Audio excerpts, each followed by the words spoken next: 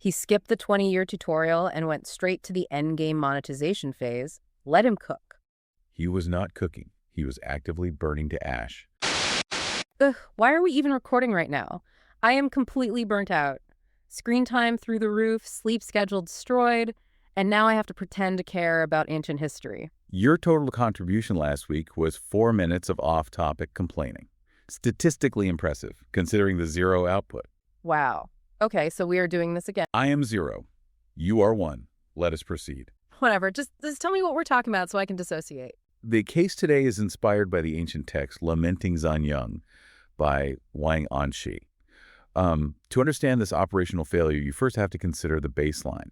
If you observe a standard 5-year-old child interacting with a tablet computer, the interface is purely chaotic. Yeah, obviously. It's just like mindless tapping. Right. A passive, drooling consumption of flashing colors and algorithmic dopamine loops. I see 10 of those blank stare toddlers every time I walk into a coffee shop to check my crypto portfolio. Precisely.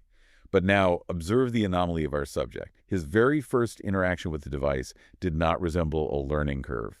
It resembled a reunion. It was as if he had suddenly discovered his native language.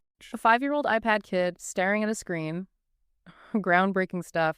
He probably just figured out how to, skip an unskippable ad. Your assumption is entirely superficial and incorrect.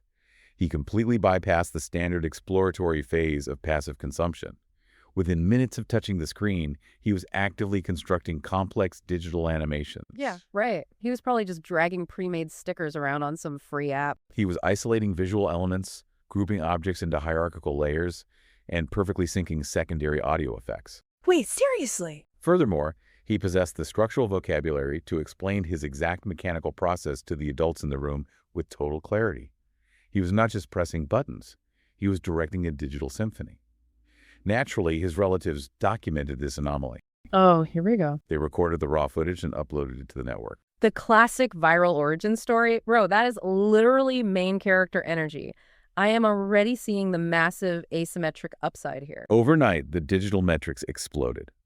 The algorithm identified the unprecedented retention rate of the footage and distributed it exponentially. He went viral on a global scale. See? The system works. The comment sections across all platforms were entirely unanimous in their amateur diagnosis. The public labeled him a prodigy. The consensus was that he was fundamentally born for the digital entertainment industry. Obviously, I am already seeing the leverage. You monetize that viral coefficient immediately. This sudden, massive visibility triggered the inevitable corporate influx. Hardware brands approached the family for aggressive sponsorships. Live stream schedules were booked back-to-back into the following month. For them, get that bag. At that precise moment, the family unit, specifically the father, realized a fatal equation. They realized that raw talent equals instant, frictionless cash. I am actively applauding the father right now. He recognized immediate product market fit. Cashing in on the hype is literally the only logical move when the algorithm blesses you with that kind of reach. The momentum you are praising is precisely what melted the foundation. You never let the momentum die. You leverage the viral coefficient, you monetize the hype cycle, and you secure the bag immediately. That is just business. The father's subsequent choices were a masterclass in destructive, short-term extractions. He transitioned instantly from a guardian of a developing mind into a manager of a decaying asset. He became a CEO. He spent his days dragging the child to endless promotional shoots, coordinating brand integrations, and managing grueling daily live stream schedules. Good. Strike while the iron is hot. When the local school system formally requested the child's attendance for standard foundational education, the father's response was a dismissive later.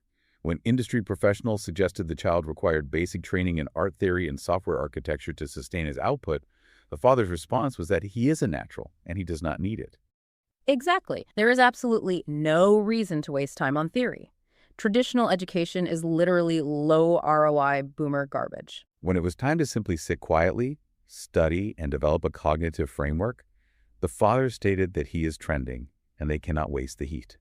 The kid is 5 years old and he is already pulling high-tier influencer money.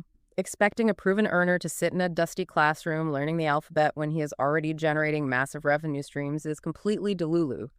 He beat the system. He skipped the 20-year tutorial and went straight to the endgame monetization phase. Let him cook. He was not cooking. He was actively burning to ash. You must understand the underlying cognitive mechanics of what was happening to this child.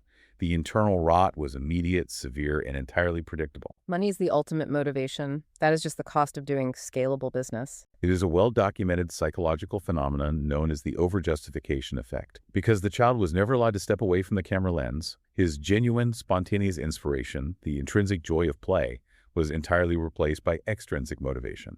If you want the views, you have to feed the content machine. He was building an empire. He was overclocking a computer processor without installing a thermal heatsink. When you introduce constant high-stakes external rewards like sponsorships and relentless audience demand, the brain literally rewires its relationship to the task. Yeah, it rewires it for success. He leveled up. The act of creating works, which was once his joyful native language, mutated into a grueling chore he had to frantically hand in to appease his sponsors. The applause from anonymous strangers ceased to be a reaction. It became his mandatory daily homework. Well, heavy is the head that wears the crown. Furthermore, cognitive development requires operational downtime. When you learn a skill, your brain builds myelin, the biological insulation around your neural pathways that makes signals travel faster and more efficiently. Rest is for people who aren't trending. But this myelination process heavily relies on rest, reflection, and low-stress repetition. By keeping the child in a state of perpetual high-stress performance, the father prevented any permanent neural architecture from forming. The pure joy of autonomous discovery was entirely crushed by constant production. Whatever. I bet he's retired on a yacht by now. We fast-forward the timeline of this systemic failure. The child is now 12 years old. 7 years have passed since his initial virality. And he's completely dominating the industry. Someone approaches him, plays the archived viral video of his 5-year-old self, manipulating the tablet with genius-level intuition, and issues a standard challenge. They ask if he can still produce work of that caliber. And he completely flexes on them, obviously. The boy looks at the screen, he laughs a hollow, empty laugh. He replies, "I haven't done that in a long time." Oh, whatever. You are telling me he just magically forgot. That is completely mathematically impossible. The human brain doesn't just delete files. He did not forget, and he was not unintelligent. He was simply never allowed the necessary operational downtime to transform his raw, explosive talent into reliable ability. PFTD. Total skill issue. And subsequently, he was never allowed the time or the focus to turn that ability into permanent accumulation. A few years later, the traffic algorithms predictably shifted. The internet moved its collective attention to entirely new idols, newer prodigies, and faster dopamine hits. The internet is brutal like that. The boy, possessing no actual foundational skills to adapt to the new digital environment, faded seamlessly back into the crowded mediocrity of the background. He became nothing more than a burned-out firework. You are aggressively subtweeting my life right now. You know exactly what happened to me last year. I am recounting a specific documented case study regarding human capital. Your personal feelings do not factor into the data. No, you are specifically targeting my trauma. I had that massive catastrophic bag fumble, and you're just using this ancient story to rub it in my face.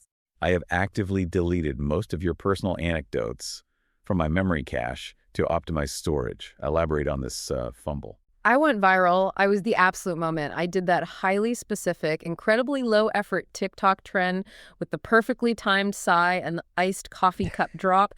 10 million views in 48 hours. A truly profound contribution to human society. The comments were obsessed with me. I was practically a verified lifestyle celebrity. I had undeniable algorithmic leverage. So obviously, I immediately dropped out of that grueling, completely toxic Python coding bootcamp I was taking. I know what you did.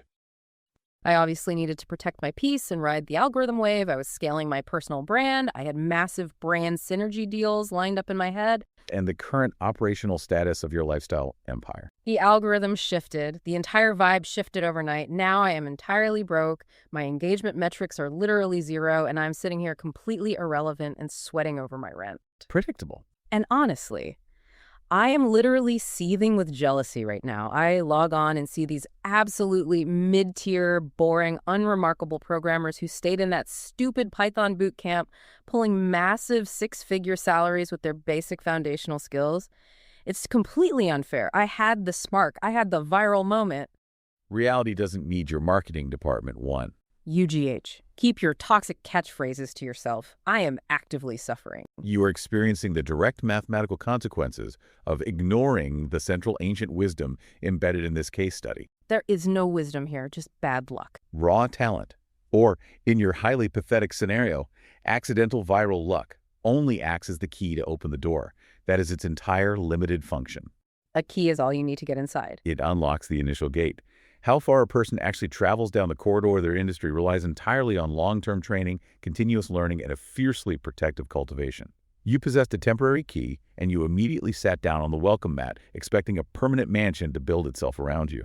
Okay, first of all, your tone is incredibly hostile. Second of all, you are completely misreading the 12-year-old kid situation. This wasn't a tragedy at all. This was elite optimization. There is no mathematical, logical, or biological universe where completely burning out your cognitive faculties at the age of 12 constitutes an elite optimization. Yes, there is. You are just too rigid to see the vision. He realized that slowing down to learn dry theory and practice basic skills is literally NPC mode. Learning is the mechanism of adaptation. Why would anyone grind for 20 miserable years to become a senior animator at some boring corporate studio when you can just front-load your entire lifetime earnings at age 5? He peaked early, he extracted the maximum capital from his audience, and now he can just chill for the rest of his life. He basically retired at 12. That is the ultimate untouchable life hack.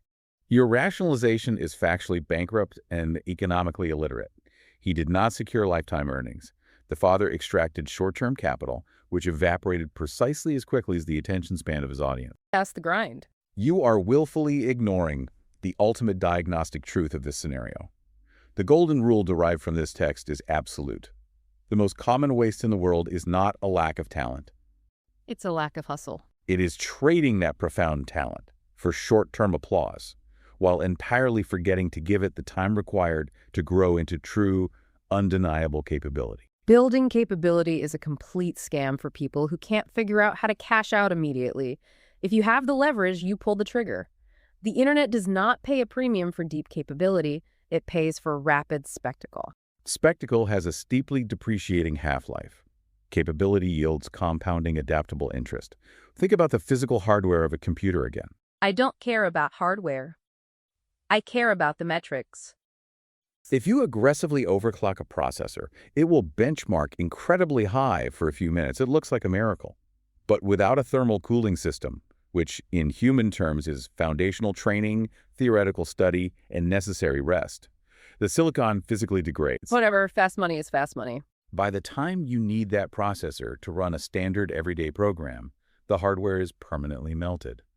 By violently refusing to let the child learn, the father effectively strip-mined his own son's cognitive resources. He traded a potentially generational creative mind for a few fleeting months of cheap internet metrics. I mean, we all have to make sacrifices. Cashing out at age 5 leaves you intellectually and financially bankrupt by age 15. You cannot build a sustainable, load-bearing structure on a foundation of pure adrenaline and external validation. Wait, hold on. Strip mining cognitive resources, compounding interest. This is actually a massive untapped gap in the market. I could already detect the precise moment your neural pathways shifted away from basic comprehension and directly toward gross exploitation. No, listen to my vision. This is an absolute stroke of genius. I am going to launch a disruptive new startup, a talent protection agency. You possess absolutely zero qualifications regarding either talent or protection. I don't need qualifications. I just need a killer landing page and aggressive SEO. Listen to the business model. I find these newly viral iPad kids, right? I swoop in and sign them to entirely airtight, completely predatory exclusivity contracts. I see you are fully embracing your role as a parasite. I take a flat, non-negotiable 50% cut of all their live stream revenue and brand deal earnings. And in exchange for half their money, what do I actually do for them? Absolutely nothing. I simply enforce their mandatory rest. This is a fundamentally flawed business structure. I forcefully lock them out of all their social media accounts so they can cultivate their undeniable capability, just like you said. Oh. I am literally monetizing their absence. I am taking your boring ancient wisdom and commodifying the exact protection you just talked about. I am a visionary founder. For those of you listening to this deep dive, before we disconnect, I want you to perform a brutal audit of your own daily operations. Are you actively cultivating the foundational skills required to survive the next decade of your industry? Or are you simply chasing the daily dopamine hit of short-term validation? I'm telling you, this agency is going to print money. The algorithm will always shift. Make sure you have the capability to outlast it. You are attempting to parasitize the exact tragedy we just diagnosed. I guess I'll try not to get fired tomorrow. To tune your life, save and subscribe to the Eastern Stoic. We will refine the source code next time. Goodbye.